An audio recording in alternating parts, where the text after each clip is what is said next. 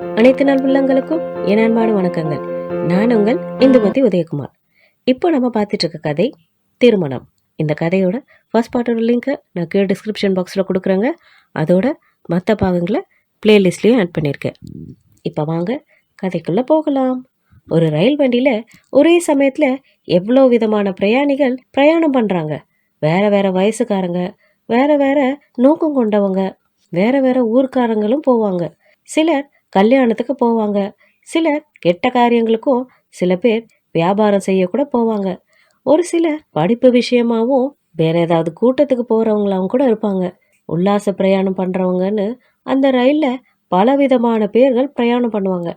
அன்னைக்கு அதே ரயில்ல பிரயாணம் பண்ண பாலகிருஷ்ணனும் சிவகாமியும் எந்த நோக்கத்தோட எங்க போய்கிட்டு இருந்தாங்க? 2 நாட்களுக்கு முன்னாடி பாலகிருஷ்ணனை சிவகாமி சாப்பிட கூப்பிட்டதும் அவன் வரமாட்டேன்னு சொன்ன சம்பவம் சிவகாமியோட மனசுல அடிக்கடி வந்து போச்சு. அவ தன்னையே ரொம்பவும் நொந்துக்கிட்டா. இனிமே இப்படியெல்லாம் நடந்துக்காம தன்னை திருத்திக்கணும்னு கூட அவ உறுதி பூண்டுக்கிட்டா. நிலைமை இப்படி இருக்க பாலகிருஷ்ணனோட மனநிலைமையும் வேற மாதிரி இருந்துச்சு. சிவகாமியோட விஷயத்துல ரொம்ப கடுமையா நடந்துக்கிட்டதாகவும் அவளை அவன்தான் அவமானப்படுத்திட்ட மாதிரி அவனே நினைச்சுக்கிட்டான். இன்னொரு சமயம் ஆனா அவன் நடந்துக்கிட்ட விதம் சரின்னு அவனே தன்னை ஆறுதல் படுத்திக்குவான். ஆனாலும் தான் பண்ணது தப்பு, அவகிட்ட மன்னிப்பு கேட்கணும்னு அடிக்கடி சொல்லிக்கிட்டான். பாலகிருஷ்ணன் திரும்பவும் யோசிச்சான். எதுக்கு மன்னிப்பு கேட்கணும்? மன்னிப்பு கேட்டா என்ன ஆகும்? முதல்ல அவ தானே அவனை அவமானப்படுத்தினா, அதனால அவ தான் முதல்ல மன்னிப்பு கேட்கணும். சே, அவ என்ன தப்பு பண்ணா? அவ சொன்னது சரிதானே. அவனுக்கு தனி அறையில அவ உணவு பரிமாற முடியுமா என்ன? அவ யார் அவனுக்கு? முன்பின் யோசிக்காம ஏதோ ஒரு நேரத்துல இப்படிப்பட்ட சம்பவங்கள் நடந்துடுச்சு. அது நடந்ததோ ஒரு நல்லதுக்கு தான். இனிமே அவளை பத்தி அவன் நினைக்க கூடாதுன்னு தீர்மானம் பட்டிக்கிட்டான். இப்படி அவங்க 2 பேருடைய மனசுலயும் புயல் வீசிக்கிட்டு இருக்க. ஆனா விதி அவங்க 2 பேரையும் தனிமையில ஒண்ணு சேர்த்துச்சு. லக்ஷ்மி அம்மாளுக்கு காய்ச்சல் நின்றுடுச்சு. இருந்தாலும் ரொம்ப பலகீனமா இருந்தா. அப்படி இருக்க சிவகாமி ஒரு அவசர காரியத்துக்காக உடனே திரும்பி வரணும்னு திருநெல்வேலியில இருந்து கடிதம் வந்து சேர்ந்தது. ஆனா இப்ப அவளை யார் கொண்டு போய் விடுறது? லக்ஷ்மி அம்மா ரொம்ப பலவீனமா இருந்ததால அவளால போக முடியாது. போனா திரும்பவும் படுத்துக்குவா. சுந்தரம் செட்டியாருக்கு கடையில நிறைய வேலை இருக்கிறதா சொன்னாரு. அதனால வேற வழி இல்லாம பாலகிருஷ்ணனே அவளை கொண்டு போய் விட்டுட்டு வர்றதுன்னு முடிவாக்கப்பட்டுச்சு. ஒரே கல்லுல 2 மாங்காவை குறி பார்த்தாரு சுந்தரம் செட்டியார்னு தான் சொல்லணும். பாலகிருஷ்ணன் சிவகாமியை திருநெல்வேலியில அவளுடைய கணவன் வீட்டில் சேர்த்துட்டு அப்படியே தூத்துக்குடிக்கு போய் கொஞ்சம் பலசரக்கு சாமான்களை கொள்முதல் செஞ்சு கொண்டு வரணுன்றது தான் அவருடைய ஏற்பாடு. வேறன இந்த சாக்கு வச்சு வியாபாரத்துல பழகினா போதும்னு அவரும் நினைச்சாரு. ஆனா யானைக்கு அடிசறுக்கும்னு சொல்லுவாங்களே, எல்லாம் தெரிஞ்சிருந்த சுந்தர செட்டியாருக்கும் இப்போ கால் சறுக்கி தான் விட்டுடுச்சு. பாலகிருஷ்ணனும் சிவகாமியும் ரயில் ஏறி போய்கிட்டு இருந்தாங்க. அவங்க ஏறினதுல இருந்து வண்டியில பெரிய கூட்டம் இல்லைன்னு தான் சொல்லணும். பேசுறதுக்கு 1-2 சந்தர்ப்பங்கள் கிடைச்சப்போ பாலகிருஷ்ணன் சிவகாமி அப்படின்னு கூப்பிட்டான். ஆனா அவ பதில் எதுவும் சொல்லல. அமைதியா அவனை ஏறிட்டு பார்த்தா. நான் உன் மனசை ரொம்ப கஷ்டப்படுத்திட்டேன், என்ன தயவு செய்து மன்னிச்சுடு. அவன் சொன்னதும் உன்னை நான் என்ன மன்னிக்கிறது, கடவுள் என்னத்தான் மன்னிக்கணும். சிவகாமியோட இந்த வார்த்தைகள் அவங்களுடைய பேச்சுக்கு தற்காலிகமா ஒரு முற்றுப்புள்ளி வச்சுது. ரொம்ப நேரம் வரைக்கும் 2 பேரும் எதுவுமே பேசல. அவங்களுடைய மனசுல என்னென்ன எண்ணங்கள் இருந்ததோ. வண்டி வேகமா போய்கிட்டு இருந்துச்சு. மனுஷ உள்ளத்தோட உணர்ச்சி அதை விட வேகமா போயிட்டு இருந்தது. அது மனுஷ மனசோட உணர்ச்சி வேகம் அதுக்கு கொஞ்சமும் சலிச்சது இல்லையே. நஞ்சைகளும் புஞ்சைகளும் மரங்களும் புதர்களும் ஆறுகளும் வாய்க்கால்களும் வேக வேகமா போய்கிட்டு இருந்துச்சு. உணர்ச்சி பெருக்கு எதையெல்லாம் தாண்டி போய்கிட்டு இருந்துச்சு. கடந்து போற தூரத்தை ரயில் பொருட்படுத்தல. பாலகிருஷ்ணன் திரும்பவும் பேச ஆரம்பிச்சான். சிவகாமி, என்ன இன்னைக்கு தென்காசியில இறங்கி குத்தாலத்து அருவியில மூழ்கிட்டு நாளைக்கு திருநெல்வேலி போகலாமா? நாம திருநெல்வேலிக்கு தானே டிக்கெட் எடுத்திருக்கோம், எப்படி வழியில இறங்க முடியும்? பாலகிருஷ்ணன் ஒரு சின்ன சிரிப்போட தன் பையில இருந்த டிக்கெட்டுகளை எடுத்து காட்டினான். தென்காசிக்கு தான் டிக்கெட்டுகள் எல்லாம் வாங்கப்பட்டு இருந்துச்சு. அதை பார்த்ததும் சிவகாமியோட மனசுல ஒருவித பயம்தான் வந்தது. குத்தாலன்னதும் சிவகாமிக்கு அவளுடைய கணவனோட ஞாபகம் தான் வந்தது. குத்தாலத்துக்கு போயிருக்கியா சிவகாமி? ஒரு நாள் பகவான் செட்டியார் அவளை கேட்டார். நான் குத்தாலம் ஒன்று தான் பார்க்கல, மற்றதெல்லாம் பார்த்துட்டேன். சிரிச்சுட்டே சிவகாமி சொன்னான். கன்னியாகுமரியிலேருந்து காசி வரைக்கும் உன்னை கூட்டிட்டு போய் நான் காட்டுறேன், சரியா? அவர் சொல்ல சிவகாமி பதில் எதுவும் சொல்லலை. இந்த வருஷ சீசனுக்கு நம்ம குத்தாலம் போகலாம் சிவகாமி, கண்டிப்பா நம்ம குத்தாலம் போகலாம் சொல்லிட்டு கொஞ்ச நேரம் யோசனையில இருந்தவர் திரும்பவும் தான் சொன்னதையே உறுதிப்படுத்தினார். வியாபாரம் எக்கேடு கேட்டாலும் சரி, இந்த வருஷம் நம்ம கண்டிப்பா போறோம். அவளுடைய கனவை போகணும்னு விரும்பின குத்தாலத்துக்கு தான் இப்போ சிவகாமி போய்கிட்டு இருக்கா. ஆனா யார் கூட? ரயில் தென்காசியை அடைஞ்சுது. பாலகிருஷ்ணனும் சிவகாமியும் ரயிலை விட்டு இறங்கினாங்க. பாலகிருஷ்ணன் குத்தாலத்துக்கு போக ஒரு குதிரையை ஏற்பாடு பண்ணினான்.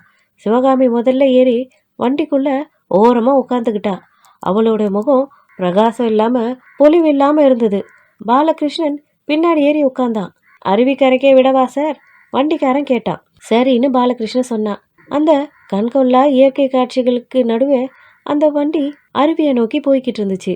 ஜோன்ற சப்தத்தோட தண்ணீர் மலையிலிருந்து கீழே விழுந்துகிட்டு இருந்துச்சு. ஆஹா, எவ்வளோ அழகான காட்சி, எவ்வளோ அற்புதமான நீர்வீழ்ச்சி. பொதிகை மலை ரொம்ப பழமையான மலை. பொதிகை மலை அரசன் தன் மார்பகத்திலே கொண்டான் அந்த சிற்றாற்று மங்கைய. கணவன் உள்ளம் குளிர அந்த மார்புல ஓடிக்கிட்டு இருந்தா அவ. திடீர்னு சமநிலத்தை பார்த்தா. கல் தோன்றின பிறகு தோன்றியது மண்ணு. அதனோட இளமை அவளை வசீகரிச்சுது. இளமை ததும்பின அந்த சமநிலத்தை அடைய அவ ஆசையுற்றா. ஒரே வீழ்ச்சி, பெரிய பார்க்கடல் கூட அந்த வீழ்ச்சியை தடுக்க முயன்றும் முடியல. நான் விழுந்தே தீருவேன்ற மாதிரி பொங்கி கொந்தளிச்சுக்கிட்டு அவ விழுந்தா. அந்த பழைய மலையை விட்டு இப்போ இந்த இளமையான சமநிலத்தை சேர்ந்துட்டா அந்த சிற்றாற்று மங்கை. அருவிக்கும் வந்து சேர்ந்தாச்சு. வண்டிக்காரனுக்கு பணத்தை கொடுத்துட்டு கொஞ்ச நேரம் அந்த அருவியே கண் கொட்டாம பார்த்துக்கிட்டு பாலகிருஷ்ணனும் சிவகாமியும் நின்றுகிட்டு இருந்தாங்க. எவ்வளோ அற்புதமான நீர்வீழ்ச்சி. அப்புறம் வாடகைக்கு ஒரு அறை எடுத்து அவங்களோட சாமான்களை எல்லாம் அதுல பூட்டி வச்சுட்டு குளிக்கிறதுக்காக அருவி நோக்கி போனாங்க. அருவி தண்ணி தான் எவ்வளோ ஜிலு ஜிலுன்னு இருந்தது. ஆனா அவங்களுடைய உள்ளங்கை. சிவகாமி அழைச்சிக்கிட்டு பாலகிருஷ்ணன் ஒரு ஹோட்டலுக்கு போனான். நல்ல வகை வகையான சாப்பாடை எடுத்துட்டு வரும்படி சொன்னான். பாலகிருஷ்ணனுக்கு நல்ல பசி. எல்லாத்தையும் ஆவலோட சாப்பிட்டான். ஆனா சிவகாமி அதுல எதையுமே தொடல. ரொம்ப களைப்போட இருக்கியே சிவகாமி, கொஞ்சமாவது சாப்பிட பாலகிருஷ்ணன் சொன்னான். எனக்கு வேண்டாம். ஏன்? கொஞ்சம் சாப்பிடு, இல்லைன்னா இன்னும் ரொம்ப களைப்பாயிடுவேன். வேண்டான்னா விட்டுட, கடுகடுப்போட சொன்னா சிவகாமி. பாலகிருஷ்ணன் அவளை ஒத்து பார்த்தான். கொஞ்ச நேரத்துக்கு அப்புறம் சரி கிளம்பலாமா பாலகிருஷ்ணன் கேட்க அவன் உம்முன்னு தலையாட்டினான். பாலகிருஷ்ணன் முன்னாடி போனான். அவனை தொடர்ந்து சிவகாமி பின்னாடியே போனான். 2 பேரும் அவங்க அறையோட வாசற்படியை ஏற நினைக்கும் பொழுது பாலகிருஷ்ணனுக்கு முதல்ல கால் இடறிச்சு. அதுக்கு பின்னாடி போன சிவகாமிக்கும் கால் இடறிச்சு. அவங்க மேலே ஏறி போனாங்க. கதவை திறக்க பாலகிருஷ்ணன் சாவி எடுத்து அந்த அறை கதவை திறந்தா. அந்த நேரம் எங்கிருந்தோ சிவகாமி சிவகாமின்னு ஒரு குரல் கேட்டுச்சு. அது எங்கிருந்து வந்துச்சு? வானுலகத்துல இருந்தா இல்ல பூவுலகத்துல இருந்து தானா? இது மனித குரலா இல்ல தெய்வ குரலா? யாருடைய குரல்? அந்த குரலை கேட்டதும் சிவகாமியும் பாலகிருஷ்ணனும் திடுக்கிட்டு போய் திரும்பி பார்த்தாங்க. கொஞ்ச தூரத்துல ஒரு ஆண்மகனும் ஒரு பெண் ஒருத்தியும் வந்துகிட்டு இருந்தாங்க. அவங்கள பார்த்ததுமே சிவகாமிக்கு நெஞ்சே அடைச்சிரும் போல ஆயிடுச்சு. இனி தன் நிலைமை என்ன ஆகுமோன்னு அஞ்சு நடுங்கினா. அவங்க ரொம்ப கிட்ட நெருங்க நெருங்க அவளோட இதய துடிப்பும் வேகமாக ஆரம்பிச்சுது. அவ தலை சுத்துற மாதிரி தோணுச்சு. அவளால தரையில கால் ஊனி நிக்க முடியல. நல்ல வேலையா பக்கத்துல ஒரு தூண் இருக்க அதை பிடிச்சுக்கிட்டு சமாளிச்சு நின்றுட்டு இருந்தா. பிடிச்சுக்கிட்டு அவங்க யாரு? இவ்வளோ சத்தமா சிவகாமின்னு கூப்பிட்டாங்களே, யார் அது அப்படின்னு யோசிச்சுக்கிட்டு இருந்தா. பாலகிருஷ்ணனும் கிட்ட வந்துட்டு இருந்த அந்த 2 பேரையும் பார்த்தான். என்ன பேசுறது, எப்படி நடந்துக்கிறதுன்னு அவனுக்குமே ஒன்றும் புரியல. அவனுடைய மனசுல எழுந்த அந்த கலவரத்துக்கு அவனுக்கு பதில் எதுவுமே கிடைக்கல. அதுக்குள்ள பகவான் செட்டியாரும் அவருடைய மகளும் இவங்க கிட்டே வந்துட்டாங்க. நல்ல வேலையா இவங்க பேச்சு எடுக்கிறதுக்கு முன்னாடி பகவான் செட்டியாரே பேச ஆரம்பிச்சாரு. நேத்து தான் கடிதம் கிடைச்சிது, உடனே இங்க புறப்பட்டு வந்துட்டேன். உங்களை இங்க சந்திச்சது ரொம்ப நல்லதாயிடுச்சு அப்படின்னாரு. கடிதமா? என்ன கடிதம்? யார் எழுதினது? எதை பத்தின்னு பாலகிருஷ்ணனுக்கு ஒன்றும் புரியல. பகவான் செட்டியார் திடீர்னு சொல்லி வச்ச மாதிரி குத்தாலத்துல வந்து நின்னது அவங்க 2 பேருக்குமே திடுக்குன்னு ஆயிடுச்சு. ஏற்கனவே அவனுடைய மனசுல இருந்த குழப்பத்தோட இதுவும் சேர்ந்துக்க ஒன்றும் பதில் சொல்ல முடியாம முழிச்சிட்டு நின்றுட்டு இருந்தான். கடைசியில தட்டு தடுமாறி சிவகாமிய திருநெல்வேலியை சேர்த்துட்டு தூத்துக்குடிக்கு போய் சில சரக்குகளை கொள்முதல் செஞ்சுட்டு வரும்படி தாத்தா என்னை அனுப்பி வச்சாரு அப்படின்னு அவன் சொன்னான். உங்க 2 பேரையும் இங்கேயே பார்த்தது நல்லதா போச்சு. இல்லைன்னா இன்னும் கொஞ்ச நேரத்துல நான் ஊருக்கெல்லாம் கிளம்பி போயிருப்பேன். பகவான் செட்டியார் சொன்னாரு. எந்த ஊருக்கு? ஏன் போயிருப்பாரு? இப்பவும் பாலகிருஷ்ணனுக்கு ஒன்றும் புரியல. நான் புத்தாலம் பார்த்ததில்ல, சிவகாமியும் பார்த்ததில்ல. அருவியில குளிச்சுட்டு போகலான்னு நடுவுல இங்க இறங்கினோம். பாலகிருஷ்ணன் சொன்னான். அது சரி அது சரி, நீங்க இங்க வந்ததால தான் எனக்கு ஒரு வேலையும் குறைஞ்சது. சிவகாமிய திருநெல்வேலிக்கு உடனே கொண்டு வந்துடணும்னு பகவான் செட்டியார் எழுதின கடிதத்தை பார்த்ததும் சுந்தரம் செட்டியார் அதுக்கு பதில் கடிதத்த உடனே எழுதினாரு. லக்ஷ்மி அம்மாளுக்கு உடம்பு சரியில்லாத இருக்கதாகவும் தனக்கு கடையில அவசர வேலைகள் இருப்பதாகவும் அதனால பகவான் செட்டியாரை புறப்பட்டு வந்து சிவகாமிய கூட்டிட்டு போகணும்னு சுந்தரம் செட்டியார் அந்த கடிதத்துல எழுதியிருந்தாரு. இதை லக்ஷ்மி அம்மாள் கிட்ட சொன்னப்போ அவளுக்கு அவர் எழுதின பதில் பிடிக்கல. சிவகாமிய நாம போய் கூட்டிட்டு வந்தோம், இப்போ நம்ம தானே நல்லபடியா கொண்டு போய் விடணும். அப்படி இருக்க பெண்ணை இங்க வச்சுக்கிட்டு நீங்க வந்து கூட்டிட்டு போங்கன்னு சொல்றது எனக்கு சரியா படல அப்படின்னு அவ சொன்னான். அதுக்கப்புறம்தான் பாலகிருஷ்ணன் கூட சிவகாமியை அனுப்பி வைக்கிறதுன்னு தீர்மானிச்சாங்க. இந்த விஷயம் பாலகிருஷ்ணனுக்கோ சிவகாமிக்கோ தெரியாது. அந்த கடிதத்தை பார்த்துதான் பகவான் செட்டியார் புறப்பட்டாரு. சிவகாமிய ஒரு அவசர காரியமா உடனே கொண்டு வந்து விடணும்னு அவர் சுந்தரம் செட்டியாருக்கு கடிதம் எழுதினாரே, எதுக்காக? அந்த அவசர காரியம் வேற ஒன்றும் இல்லை. அது சீசனுக்கு சிவகாமி அவர் குற்றாலத்துக்கு கூட்டிட்டு போறதா சொல்லி இருந்தாரே. அவருடைய கடைக்கு வந்த ஒரு சிலர் குற்றாலத்துல சீசன் ஆரம்பிச்சிருந்தாகவும் இப்ப இந்த வருஷம் ரொம்ப அருமையா இருக்கிறதாகவும் சொல்லியிருக்காங்க. உடனே புறப்படணும்னு நினைச்சுதான் அவர் சுந்தரம் செட்டியாருக்கு கடிதம் எழுதியிருக்காரு. தன் மாமனார் எழுதின பதில பார்த்ததும் அவர் தன் மகள் ருக்மணியை கூட்டிக்கிட்டு குற்றாலத்துக்கு வந்தாரு. அங்க ஒரு வேலையை முடிச்சுக்கிட்டு அங்க ஒரு இடத்த பார்த்து அதுல அவளை இருக்க வச்சுட்டு தான் மட்டும் வெற்றிபுரம் போய் சிவகாமியையும் இங்க குற்றாலத்துக்கு அடுத்த ரயில்ல கூட்டிட்டு வந்துடணுன்றது அவருடைய எண்ணம்.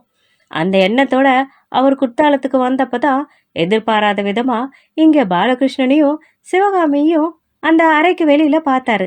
அவங்கள திடீர்னு அங்க பார்த்ததும் முதல்ல அவருக்கே மனசு ஒரு மாதிரியா தான் இருந்துச்சு. அவங்க 2 பேரும் எப்படி இங்க வந்து சேர்ந்தாங்க? அவருக்கு வேற விதமால கடிதம் வந்திருந்தது. ஒருவேளை சுந்தரம் செட்டியார் தான் அதுக்கப்புறம் தன் மனசை மாத்தி சிவகாமிய பாலகிருஷ்ணன் கூட அனுப்பி வைக்கணும்னு தீர்மானம் பண்ணிட்டாரோ? அப்படியே அனுப்பி வச்சாலும் இந்த சின்ன பெண்ணை இப்படியே அனுப்பி வைக்கிறது? ஆனா அதுல என்ன குத்தம் இருக்கு? சுந்தரம் செட்டியார் விஷயங்களை நல்லா தெரிஞ்ச அனுபவசாலி. அவருக்கு தெரியாத விஷயமா என்ன? குத்தம் இல்லைன்னு நினைச்சுதான் அவர் தைரியமா அனுப்பி வச்சிருக்காரு. அவர் தப்பெல்லாம் பண்ண மாட்டாரே. அவரே தப்பு இல்லைன்னு நினைச்சு செய்யற ஒரு காரியத்துக்கு நம்ம எப்படி குற்றம் காண முடியும்? எல்லாம் சரியா தான் இருக்கும். ஆனா அவங்க எதுக்கு தனியா குற்றாலம் வந்தாங்க? யோசிச்சவருக்கு அதான் பாலகிருஷ்ணன் கூட குற்றாலம் பார்க்கலன்னு சொன்னானே, அதனால கூட வந்திருக்கலாம். சின்னஞ்சிறுசுங்க ஊரை சுத்தி பார்க்கணும்னு ஆசை வந்திருக்கோம். ஆனா சிவகாமிய குற்றாலத்துக்கு கூட்டி போறதா அவர் சொல்லி இருந்தாரே. அப்படி இருந்தும் பாலகிருஷ்ணன் கூட வந்திருக்காளே. இருக்கட்டும், சின்ன பிள்ளையில இருந்து ஒன்னா வளர்ந்தவங்க, சகஜமா பழகினவங்க, கள்ளங்கபடம் இல்லாத உள்ளத்தோட வந்திருக்காங்க. இந்த மாதிரி நினைச்சுதான் பகவான் செட்டியார் ஒருவாறு தன் மனசை சமாதானப்படுத்திக்கிட்டாரு. பகவான் செட்டியார் பாலகிருஷ்ணனோட பேசிக்கிட்டு இருக்கும் பொழுது சிவகாமி தன் மனசுக்குள்ள என்னை தடுத்து ஆட்கொண்ட சுவாமி, என்னை மன்னியுங்கள் மன்னியுங்கள்னு பல முறை மனசுக்குள்ளே சொல்லிக்கிட்டா. அந்த மாதிரி ஆபத்தான சமயத்துல தன்னை சிவகாமின்னு கூப்பிட்டு பாதுகாத்த அவளுடைய கணவனோட குரலை சாக்ஷாத் அவ வணங்குற அந்த தெய்வத்தோட குரலாகவே நினைச்சா. அவளுடைய மனசுல இவ்வளோ நேரம் கொழுந்து விட்டு எரிஞ்சிட்டு இருந்த தீ இப்ப அணைஞ்சு போச்சு. இனி ஒருபோதும் தோணவும் தோணாது அப்படின்னு அவ மனசுக்குள்ளே நினைச்சுக்கிட்டா. பகவான் செட்டியாரோட பேசிக்கிட்டு இருந்த பாலகிருஷ்ணன் திடீர்னு திரும்பி பார்க்கும்பொழுது பக்கத்துல இருந்த ருக்மணி தன்னையே பார்த்துக்கிட்டு இருக்கிறத கவனிச்சான். இப்போ அவங்க 2 பேருடைய கண்களும் ஒரே சமயத்துல பார்த்தது. பாலகிருஷ்ணன் 2 நாட்கள் குத்தாலத்துல தங்கி இருந்துட்டு தூத்துக்குடிக்கு கிளம்பி போயிட்டான். குத்தாலத்துல பகவான் செட்டியாரோட குடும்ப வாழ்க்கை நல்லபடியாவே நடந்துகிட்டு இருந்துச்சு. ஒரு நாள் பல முறை அருவியில குளிக்கிறதும், சாயந்தர நேரங்கள்ல மலை மேல ஏறி மலைச்சாரல்ல உலா வருதோன்னு சந்தோஷமா நாட்கள் கழிஞ்சுது. இப்படி இருக்கும் பொழுதுதான் ஒரு நாள் சிவகாமி தன் கணவனை பார்த்து, பாலகிருஷ்ணனை பத்தி நீங்க என்ன நினைக்கிறீங்க அப்படின்னு கேட்டா. நான் என்ன நினைக்க, எனக்கு ஒன்றும் தோணலையே. அவர் சொல்ல, இல்ல அவன் எப்படி நல்லவன் தான். எதுக்காக கேட்குற? இன்னுமா உங்களுக்கு புரியல? புரியலையே. எதுக்காக? நம்ம ருக்மணிக்கு அவன் ஏத்த மாப்பிள்ளைன்னு உங்களுக்கு தோணலையா? அதுக்காக தான் கேட்டேன். நல்ல மாப்பிள்ளை தான். நம்ம கல்யாணத்துக்கு முன்னாடி உன்னை பார்க்கறதுக்காக நான் முதல்ல வந்தேன்ல, அப்பவே அந்த எண்ணம் என் மனசுல தோணுச்சு. ஆனா இப்ப என்ன செய்ய முடியும்? ஒரு நல்ல காரியம் மனசுல தோணுச்சுன்னா உடனே அந்த செஞ்சு முடிச்சிடணும்னு சொல்லுவாங்க. ஜாதகம் 2 பேருக்கும் அமையணும்ல. எதுக்கும் நீ அனுப்ப சொல்லு, நம்ம பார்க்கலாம் அப்படின்னாரு. நான் அம்மா கிட்ட கேட்டு ஜாதகத்தை வாங்கியே வந்துட்டேன். இதை கேட்டதும் பகவான் செட்டியாருக்கு ரொம்ப ஆச்சரியமா இருந்தது. அவருடைய ஜோசிய நண்பர் ஒருத்தர் குத்தாலத்துல இருக்காரு. அவர்கிட்ட காட்டி கேட்டப்போ ஜாதகம் 2 பேருக்கும் நல்லா பொருந்தி இருக்குன்னு சொன்னாரு. நீங்க இந்த காரியத்தை செய்யணும்னு நினைச்ச உடனே பேசி முடிக்கணும். அவனுக்கு பெண் கொடுக்கறதுக்கு நிறைய பேர் காத்துக்கிட்டு இருக்காங்க. சிவகாமி தன் கணவன் கிட்ட சொன்னான். பார்க்கலாம் அப்படின்னு அவரும் சொல்லி வச்சாரு. அவளுடைய மூத்தாளோட மகளை பாலகிருஷ்ணனுக்கு கல்யாணம் பண்ணி கொடுக்கறதுக்கு அவ ஏன் இப்படி துடிக்கிறா? ஒரு நாள் சிவகாமி ருக்மணிய பார்த்து, ஏண்டி ருக்கு, உனக்கு மாப்பிள்ளை பிடிச்சிருக்காடி அப்படின்னு கேட்க, போமா அப்படின்னா ருக்மணி. மாப்பிள்ளை பிடிக்காமலையா அன்னைக்கு அவனை விழுங்கிடுற மாதிரி பார்த்துக்கிட்டு இருந்த? எல்லாத்தையும் நான் பார்த்துக்கிட்டு தான் இருந்தேன். சிவகாமி சிரிச்சுக்கிட்டே சொன்னான். இதை சொன்னதும் ருக்மணிக்கு வெக்கம் தாங்கல. அவ வாசலுக்கே ஓடி போயிட்டா. பாலகிருஷ்ணன் வரானான்னு பார்க்கறதுக்காடி இப்படி ஓடி போற? அவன் வர்றதுக்கு இன்னொரு நாள் இருக்குடி அம்மா, இங்கே வா. சிவகாமியும் கூப்பிட்டா. தூத்துக்குடியில தன் வேலைகள் எல்லாம் முடிச்சுக்கிட்டு பாலகிருஷ்ணன் ஊர் போய் சேர்ந்தான். அங்க அவனுடைய பாட்டிக்கு உடம்பு முழுசா குணமடைஞ்சிருந்தது. என்னடா சிவகாமியை கொண்டு போய் விட்டியா இல்லையா? மாப்பிள்ளை என்ன சொன்னார்? என்ன சொல்லுவாரு? ஒன்றும் சொல்லல. கூட்டி கொண்டு போய் விட்டதுல அவருக்கு ரொம்ப சந்தோஷம். அதுதான் நான் சொன்னேனே, நம்ம தான் கூட்டிட்டு வந்தோம், அதனால நம்ம தான் கூட்டிட்டு போய் விடணும்னு. ஏனோ உத்தாலத்துக்கு போன விஷயத்த பத்தி பாலகிருஷ்ணன் அங்க யார்கிட்டயுமே சொல்லல. ஆமா, எதுக்காக அவ்வளோ அவசரமா அவளை கூட்டிட்டு வரணும்னு சொல்லி கடிதம் போட்டாரா? குத்தாலத்துல இப்போ சீசனா, அங்க கூட்டிட்டு போறதுக்கா? குத்தாலமும் பாப்பநாசமா அவங்களுடைய வாழ்க்கை ரொம்ப சந்தோஷமா தான் போய்கிட்டு இருக்கு போலியே, லக்ஷ்மி சொன்னா. அந்த சமயம் பார்த்து சுந்தரம் செட்டியார் கடையிலிருந்து வீட்டுக்கு வந்திருந்தாரு. பேரனை பார்த்ததும் எல்லா விவரங்களையும் கேட்டு தெரிஞ்சுக்கிட்டு சாப்பிட உட்கார்ந்தாரு. லக்ஷ்மி அம்மாவை பார்த்து, உன் பேரனுக்கு கல்யாணமாமே அப்படின்னாரு. என்னது? அப்படி யார் சொன்னது? சிரிச்சுக்கிட்டு லக்ஷ்மி அம்மா கேட்டா. ஏன், நான் தான் சொல்றேன்னு வச்சுக்கிய. இப்படி திடீர்னு வந்து விஷயத்த சொன்னா என்ன புரியும்? ஏன் புரியல? இன்னைக்கு உமையோட பாகன் செட்டியார் கடைக்கு வந்திருந்தாரு. ரொம்ப நேரம் கடையில் உட்காந்து பேசினோம். எல்லாம் நிச்சயமாகிடுச்சு. என்ன இப்படி பண்ணிட்டீங்க? பெண்ணை நாம பார்க்க வேண்டாமா? அவங்களுடைய குலம் கோத்திரம் எல்லாம் விசாரிக்க வேண்டாமா? நமக்கு பிடிச்சிருந்தாலும் உங்க மகனுக்கு அந்த இடம் பிடிக்க வேண்டாம்? இப்படி எதுவுமே தெரியாம முன்பின் யோசிக்காம சங்கடத்துல மாட்டி விட்டுட்டீங்களே. இல்லடி அம்மா தாயே, நீ என்ன சொல்றேன்னு பார்க்கலாம் தான் அப்படி சொன்னேன். உன்னை கேட்காமல அவன் பேரனுக்கு கல்யாணத்தை நிச்சயம் பண்ணுவேன்? என்னதான் நடந்தது? அப்ப எதுவுமே இல்லாமையா இவ்வளோ கதை அளந்து விட்டீங்க? அவன் பேரன் ஜாதகம் ரொம்ப பிடிச்சிருக்கான். எல்லாம் பேசி முடிச்சு வெத்திலை பாக்கு மாத்திக்க இன்னும் கொஞ்ச நாள்ல வர்றதா செட்டியார் கடிதம் எழுதியிருக்காரு. சுந்தரம் செட்டியார் சிரிச்சுக்கிட்டே சொன்னாரு. பாலகிருஷ்ணனும் தாத்தா கூட சேர்ந்து சாப்பிட்டுக்கிட்டு இருந்தான். அவர் சொன்ன விஷயங்களை கேட்டப்போ அவனுக்கு குத்தாலத்துல ருக்மிணியை பார்த்த ஞாபகம் தான் வந்துச்சு. அவளுடைய முகமும் கண்களும் அவனுக்கு திரும்ப திரும்ப ஞாபகத்துக்கு வந்தது. கூடவே சிவகாமியோட ஞாபகமும் வந்தது. எவ்வளவோ பெரிய மனுஷங்கள் எல்லாம் இருக்கும் பொழுது சின்ன மளிகை கடை வியாபாரியான என்ன போய் இந்த முக்கியமான காரியத்துக்கு கூப்பிட்டுருக்கீங்களே அப்படின்னு சுந்தரம் செட்டியார் சொன்னாரு. எங்களுக்கு உங்களுடைய சரக்கு தான் பிடிச்சிருக்கு, நீங்க அவசியம் வரணும்னு தான் நாங்க எல்லாருமே விரும்புறோம். பள்ளிக்கூட விழான்றீங்க, கல்வி இலாக்கா அதிகாரிகளை கூப்பிட்டு கௌரவிச்சிருந்தா உங்களுக்கு பல விதங்கள்ல அவங்க உதவியா இருந்திருப்பாங்க. என்னால உங்களுக்கு என்ன பலன் ஏற்பட போகுது? திரும்பவும் சொன்னாரு. அவங்களையெல்லாம் முந்தின விசேஷங்களுக்கே கூப்பிட்டுட்டோம். இதுக்கு நீங்க தான் கட்டாயம் தலைமை வகிக்கணும்னு எங்க எல்லாருக்கும் ரொம்ப ஆசை. இன்னொரு யோசனை சொல்றேன். நான் ஒரு பேச்சாளனா வரேன். வேற யாராவது பெரிய மனுஷனை தலைவரா போட்டுக்கோங்க. தலைவரும் நீங்க தான், பேச்சாளரும் நீங்க தான். அது நிச்சயமாகிடுச்சு. நீங்க பேச்சாளர்னு சொன்னதுதான் எனக்கு ஞாபகம் வருது. உங்க பேரை இந்த நிகழ்ச்சியின் போது ஒரு சொற்பொழிவு ஆற்றணும். என்னப்பா இது புது சங்கடத்தை உண்டு பண்றீங்களே? உங்க பேரனை பத்தி நாங்க நல்லாவே கேள்விப்பட்டிருக்கோம். அதனால தான் சொல்றோம். ஏண்டா பாலு, இவர் என்னென்னமோ சொல்றாரே, உன்னை பத்தி என்னென்னமோ பேசிக்கிறாங்க. சுந்தரம் செட்டியார் கேட்க பாலகிருஷ்ணன் அங்க வந்து ஒன்னும் தெரியாதவன் போல முழிச்சான். நிறைய பேர் பேசிக்கிறது தான் சொல்றேன், நான் புதுசா ஒன்னும் கற்பனை பண்ணி சொல்லலையே. வந்தவர் சொன்னாரு. அவருடைய பேர் பழனி செட்டியார், சுந்தரம் செட்டியாரோட பால்ய காலத்து நண்பர். பாலகிருஷ்ணன் இன்னும் கலவரம் ஆயிட்டு திரு திருன்னு முழிச்சான். மதுரையில எல்லாரும் இதை பத்தி தான் பேசிக்கிறாங்க. இப்போ ரயில்ல வரும்பொழுது கூட நிறைய பேர் பேசினாங்களே.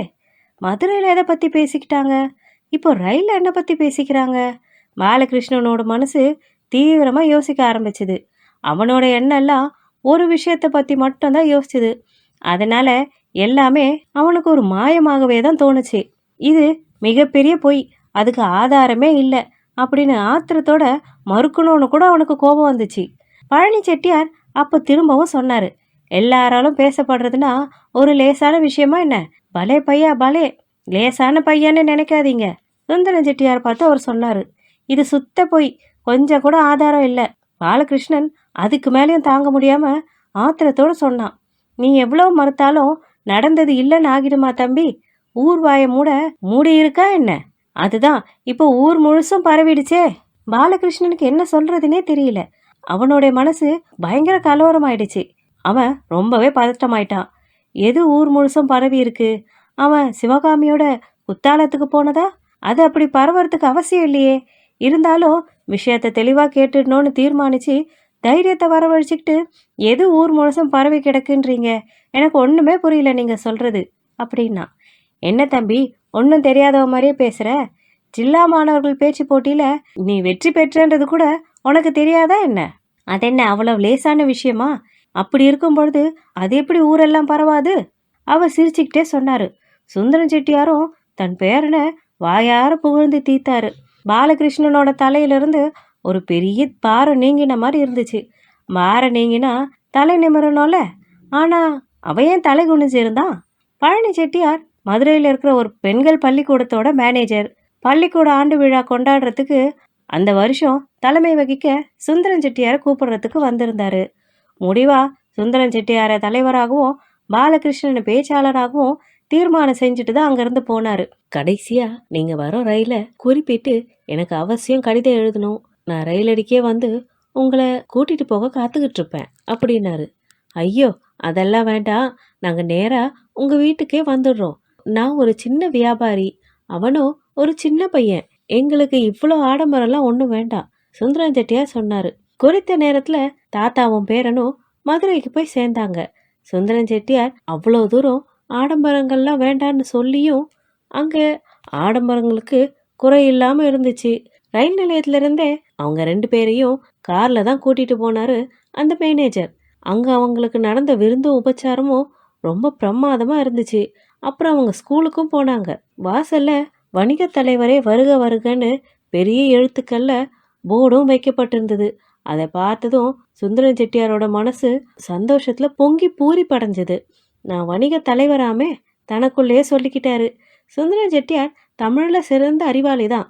அங்கங்கே சின்ன சின்ன கூட்டங்கள்ல முன்னாடி பேசினதும் உண்டு. ஆனா ஒரு பள்ளிக்கூடத்துல இவ்வளோ பெரிய நிகழ்ச்சிகள்ல அவர் கௌரவிக்கப்படுறதுன்றது இதுதான் முதல் தடவை. தன்னுடைய தாத்தா இந்த மாதிரி மதிக்கப்பட்டதை பார்த்ததும் பாலகிருஷ்ணனுக்கும் ரொம்ப பெருமையாக தான் இருந்தது.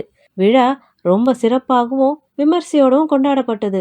தலைவருடைய முன்னுரை, பின்னுரை, அவர் கொண்டாட்டத்தை நடத்தின திறமை, பள்ளிக்கூடத்தோட முன்னேற்றத்துக்காக அவர் சொன்ன யோசனைகள், இது எல்லாமே வந்திருந்த எல்லாராலையுமே புகழப்பட்டுச்சு. பாலகிருஷ்ணனுடைய பேச்சும் ரொம்ப அருமையா இருந்தது. அதுல முதுமையோட அனுபவம் இல்லைனாலும் வாலிபத்தோட ஆவேசமும் முறுக்கும் இருந்தது. அந்த விழாவுக்கு உமையூர் பாகர் செட்டியாரும் வந்திருந்தாரு. அவர் வந்ததுக்கு ஒரு முக்கிய காரணமும் இருந்துச்சு. கூட்டம் முடிஞ்ச பின்னாடி அவர் சுந்தர செட்டியாரையும் பாலகிருஷ்ணனையும் தனியா பார்த்து பேசினாரு. அப்போ ஒருத்தர் வந்து பாலகிருஷ்ணனை அவங்களுடைய சங்க கூட்டம் ஒண்ணுல பேசணும்னும் எந்த நாள் அவனுக்கு சௌகரியமா இருக்கும்னு கேட்டாரு. பரீட்சை முடிஞ்சு விடுமுறை விட்டு இருந்ததால எந்த நாளா இருந்தாலும் எனக்கு சௌகரியம்தான்னு சொல்லி இருந்தான் பாலகிருஷ்ணன். அதை கவனிச்சுக்கிட்டு இருந்த சுந்தரம் செட்டியார் அவரை பார்த்து, ஏன் ஐயா, என் பேரன்தான் உங்களுக்கு வேணுமாக்கும், ஏன் நான் வேண்டாமா அப்படின்னு கேட்க அங்கிருந்த எல்லாருமே சிரிச்சாங்க. அன்னைக்கு ராத்திரியே சுந்தரம் செட்டியாரும் அவனும் ஊருக்கு புறப்பட்டாங்க. ரயில்ல போகும்பொழுது செட்டியார் பேரனை பார்த்து, ஏண்டா பாலு, இன்னைக்கு விழாவுல எல்லா பரிசுகளையும் ஒரு பெண்ணு படுச்சுட்டியா வாங்கிட்டு போனாலே, நீ கவனிச்சியா? அவர் கேட்க பாலகிருஷ்ணன் வாயை திறந்து பதில் சொல்லாம உம்மனை மட்டும் தலையாட்டினான். அவ யார் தெரியுமா? அதுக்கும் அவன் பதில் பேசாம அமைதியார் தான் இருந்தான். அவதான் உமையோரபாகன் செட்டியாரோட மகளாம். நல்ல பெண்ணாதான் இருக்கால? அவர் கேட்க பாலகிருஷ்ணனுக்கு அவர் சொன்ன விஷயம் ஒன்றும் புதுசு இல்லை. ஒவ்வொரு தடவையும் பரிசு வாங்குறதுக்கு ஒரே பெண் எழுந்து வந்தப்பெல்லாம் அந்த சின்ன பெண் அவனுடைய கவனத்தை ஈர்த்தாதான். அப்பவே அவ யாருன்னு அவன் விசாரிச்சு தெரிஞ்சுக்கிட்டான். நல்ல பெண் தான். உமையோரபாக செட்டியார் வந்தா உடனே பேசி முடிச்சிடலாம். செட்டியார் தன் மனசுலயே தீர்மானிச்சுக்கிட்டாரு. ஏறக்குறைய அதே சமயம் உமையோரபாகன் செட்டியார் வீட்லேயும் இதே விஷயம்தான் பேசிக்கிட்டு இருந்தாங்க. என்னடி அம்மா, மாப்பிள்ளை நீயே பார்த்துக்கிட்டல, உனக்கு திருப்தி தானே? நான் சொன்னப்ப நீ நம்பலல? அவர் கேட்க நல்ல பையன்தான், படிப்புலயே அழகுலையும் நம்ம சகுந்தலைக்கு ஏற்றவதான். அவருடைய மனைவி செல்லம்மா சொன்னா, உனக்கு திருப்தி ஏற்பட்டு என்ன பிரயோஜனம்? அவல்ல சொல்லணும், கண்ணாமூச்சி கல்யாணம் எல்லாம் பண்ணிக்க மாட்டேன்னு அந்த நவீன நாகரிகக்காரி சொன்னாலே அன்னைக்கு. இன்னைக்கு அவெல்லாம் பதில் சொல்லணும். எங்க அவ? செட்டியார் கேட்டாரு. அவளை என்ன கேட்கறது? சீக்கிரம் பேசி முடிச்சிட வேண்டியதானே. எப்போ போய் அவங்கள பார்க்க போறீங்க? செல்லம்மா கேட்டா. இப்படி ஒரு பக்கம் உமையோரபாக செட்டியாரும் இன்னொரு பக்கம் பகவான் செட்டியாரும் தங்களோட மகள்களை பாலகிருஷ்ணனுக்கு கட்டி வைக்கணும்னு முடிவு பண்ணியிருந்தாங்க. ஆனா விதி பாலகிருஷ்ணன் தலையில என்ன எழுதியிருந்தது? இதோட இந்த பகுதியை நம்ம முடிச்சுக்கலாம். இதன் தொடர்ச்சியை அடுத்த வீடியோல நம்ம பார்க்கலாம். இந்த கதை உங்களுக்கு பிடிச்சிருந்தா லைக் பண்ணுங்க, ஷேர் பண்ணுங்க. இன்னும் இது மாதிரி பல நல்ல கதைகளுக்கு நம்ம சேனலை மறக்காம சப்ஸ்கிரைப் பண்ணிக்கோங்க. திரும்ப அடுத்த வீடியோல நான் உங்களை சந்திக்கிறேன். அதுவரையில் நன்றி.